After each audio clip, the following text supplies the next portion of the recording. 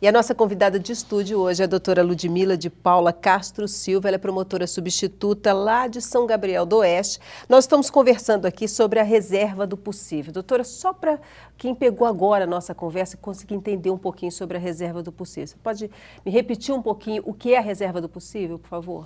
Reserva do possível é uma teoria importada da Alemanha, que veio para o Brasil para dizer que, como os recursos são escassos e as demandas infinitas, nem tudo pode ser atendido. Essa reserva do possível ela não pode ser tomada na palavra em si, ela tem que ser analisada num contexto para saber se realmente aquela demanda pode ou não pode ser atendida.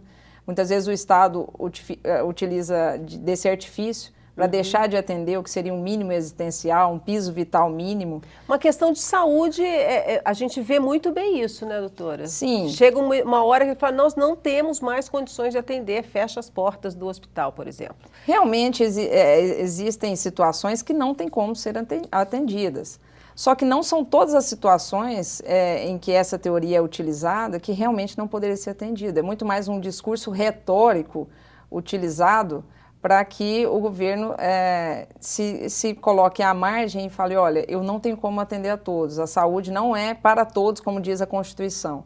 Quando a Constituição colocou a saúde como um direito social, na verdade, em 1988, não havia assim, a previsão de que a saúde seria plenamente atendida, e muito pelo contrário, porque em vários países a saúde não é como é no Brasil, que existe o SUS, há um atendimento, ainda que às vezes precário. Né? Sim, no Brasil existem algumas peculiaridades em que muito se critica, mas em outros países não há essa extensão dos direitos para todas as pessoas. Quando a Constituição de 88 veio e inseriu vários direitos, digamos assim, constitucionalizou muitos direitos, direito civil, direito do consumidor, tudo isso veio para a Constituição, houve uma chamada muito grande da população para dizer, olha, temos direitos sim. E muitos se dizem, às vezes chegam no Ministério Público, bate na porta, olha, eu vim correr atrás dos meus direitos. Falei, então corre, porque senão você vai perdê-los. Porque esse correr atrás dos direitos se popularizou e a massa foi atrás do judiciário em busca de uma resposta. Nisso houve uma contramão da história também, né? Sim, as demandas se acumularam, hoje o judiciário já trabalha um pouco na contramão, tentando reduzir isso, e o Ministério Público vai a reboque também, porque as demandas sociais aumentaram também para o Ministério Público.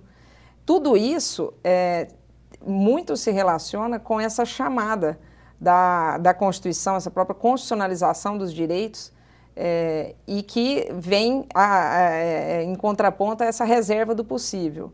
Bom, se não é possível atender todas as demandas... Faz o quê? Não tem como atender, então onde está essa reserva? A palavra, então, seria indevida. Muito melhor no Brasil seria não importar essa teoria da Alemanha e trazer a ideia de escassez de recursos. Olha, as demandas são infinitas, os recursos não são para todos, então não podemos atender. Há uma inversão desses valores. O país é uma mãe, né? Isso a gente não pode negar. Sempre se oferece aí, se você precisa de saúde é só ir ao hospital, passa na farmácia, pega o remédio, porque o país te oferece isso e o governo te oferece isso, mas chega uma hora que ele não consegue mais sustentar essa responsabilidade, né, doutora? E aí corre para onde? Para o Ministério Público. Inclusive, conversando com um colega do Ministério Público aqui, ele contando que uma pessoa chegou à promotoria de justiça e falou, olha, eu quero esse remédio assim, assim, mas no posto de saúde não tem. Aí ela, não, eu não cheguei a ir lá. A senhora não foi no posto de saúde? Não, provavelmente não teria o remédio. Então a pessoa não chega nem a procurar no local correto. O Ministério Público também tem que abraçar esse tipo de função e tentar explicar para a pessoa que há uma divisão de funções e que primeiro se tem que tentar recorrer ao órgão que tem que responder. No caso, acontece isso ainda, né, doutora? A confusão do qual é a verdadeira função do Ministério Público ainda, né? Infelizmente ocorre principalmente em cidades menores, não se tem muito essa noção do Ministério Público. O Ministério Público está muito ligado ao Poder Judiciário. Às vezes, quando a promotoria é dentro do fórum, há essa ligação muito grande entre o promotor e o juiz, essas pessoas se misturam. Mas, em verdade, o promotor de justiça, ele é que demanda a atuação do juiz. Então, não, sem sopesar uma função e outra, as duas são importantes, mas o juiz fica à espera. E é o promotor que coloca a sua visão à frente para atender aquela pessoa. Sem o promotor de justiça, não há essa ligação. É muito importante que a sociedade entenda isso e passe a separar o Ministério Público, o que já vem sendo muito difundido. Melhorou bastante, principalmente pelo crescimento do Ministério Público, diante, como a senhora comentou, diante dessa avalanche de funções que o Ministério Público se destacou. É claro que uma função só se destaca quando outra fica para trás, e sempre foi assim na história. Quando o Legislativo esteve fraco, o Executivo subiu. Quando o Executivo esteve fraco, o Poder Judiciário subiu. E nisso o Ministério Público ressurge como um órgão que seria um fiscalizador. Na verdade, às vezes muitos olham lá como um calcanhar de Aquiles, mas não é bem isso. O Ministério Público não tem só uma função de fiscalizar, mas também de promover a justiça. Em sessões do júri, eu sempre coloco, e às vezes isso irrita a outra parte, de falar que o Ministério Público não está ali para promover a acusação, é um promotor de justiça.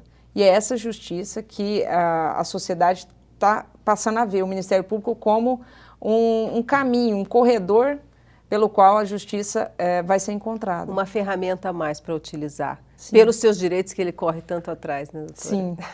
Doutora, foi um prazer ter você aqui, falar um meu. pouquinho a respeito de São Gabriel do Oeste, falar um pouquinho do seu trabalho que você vem desenvolvendo lá. Parabéns por estar aí à frente desse trabalho tão bonito que você vem desenvolvendo lá em São Gabriel do Oeste, e continue em frente. Muito obrigada. Ficamos bem felizes.